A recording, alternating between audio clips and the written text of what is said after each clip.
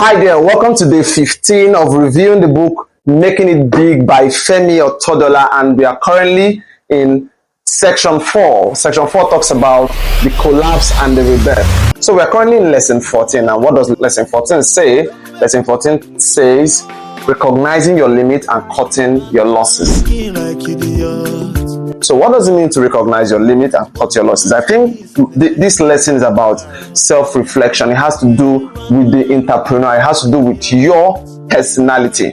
Now, do you know that there are some traits that are good in life that one can have, but if it is channeled in the wrong direction, it becomes disastrous? For instance, consistency as a virtue or as an ability is a very, very good thing, but consistency in the wrong direction is a very terrible thing to do. I mean, what a man in the wrong direction to do is to stop and not be consistent. Entrepreneurship or business is like a moving vehicle, right? Where you should know when your car is overheating, when you need to slow down, when you need to take your car for maintenance, when you need to, not go out at all, right? So this lesson is about recognizing your limits and cutting your losses. If you read the book very well, I think the one that went viral, everybody has been talking about, is how Femi Otedola was owing different banks and he was able to still sleep well in the night. You hear that he's owing this bank 200 billion, this one 300, 700 million, 1.8 thousand billion dollars. Oh, one man.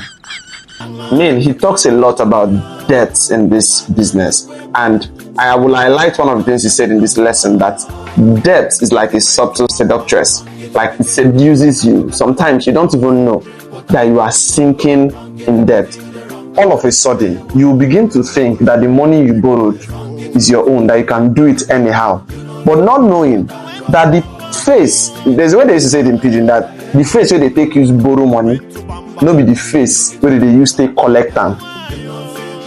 When he was rising in this business, he started getting a lot of offers. Many bank owners will come to him and tell him to invest, and he was a major shareholder in many of the banks in Nigeria. Zenith Bank, UBA Bank, Stanbic Bank, you can mention it. But when he began to enter crisis, I think he mentioned two stories here: the bank with Zenith Bank and with UBA Bank. Zenith Bank owned by Jimovia and UBA Bank owned by Tony Ilumelu. He was holding a very big amount of shares in Zenith Bank and he wanted to sell.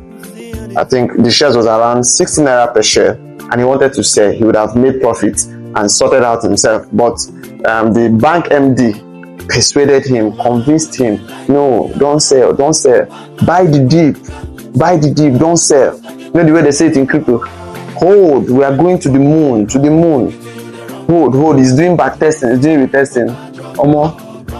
Know your limit. If you've passed your limit of loss, take your loss and go. That is why in Forex, for instance, they set technologies like stop loss and take profit. What's that stop loss? That stop loss is a loss that you cannot go beyond. So if you invest $1,000, for instance, you set your stop loss at $350. Anything will make me reach $300, sir, take me out of this trade. But then they didn't have all those kind of technology. If they did, or I believe that if he had, he would have put a stop loss in many of these trades.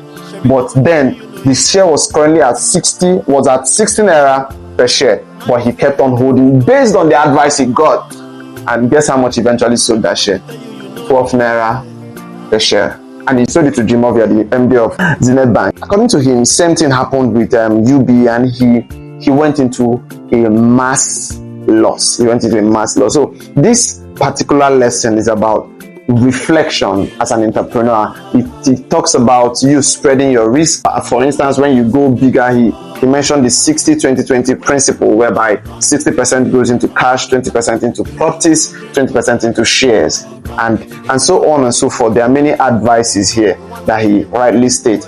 He also talked about his instance with JP Morgan, where he lost a deal of $600 million, which if he had gone into it, maybe, just maybe, but ultimately, from what he said, and I'll quote him, that the collapse of Zenom was a blessing in disguise. It made him, find himself and come out in a better light. He would have collapsed, he wouldn't have collapsed. But at the point where this whole thing happens, think about the last time something bad happened to you that you are grateful to God for right now.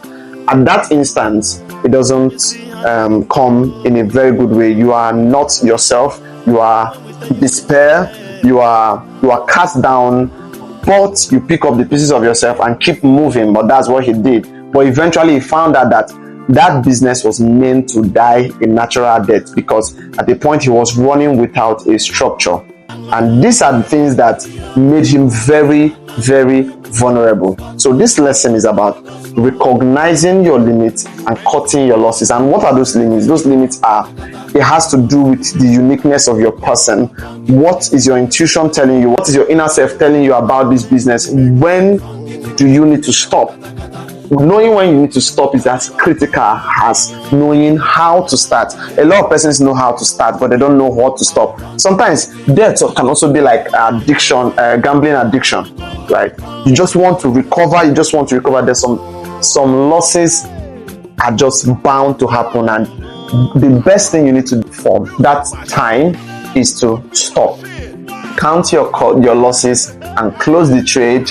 Go home with those losses and find yourself back, because if you keep borrowing to come out of that loss, you may not find yourself on a better foot. You may eventually drown. So in this lesson, we'll learn a lot about recognizing your limits. So thank you so much for joining us in day 15 here.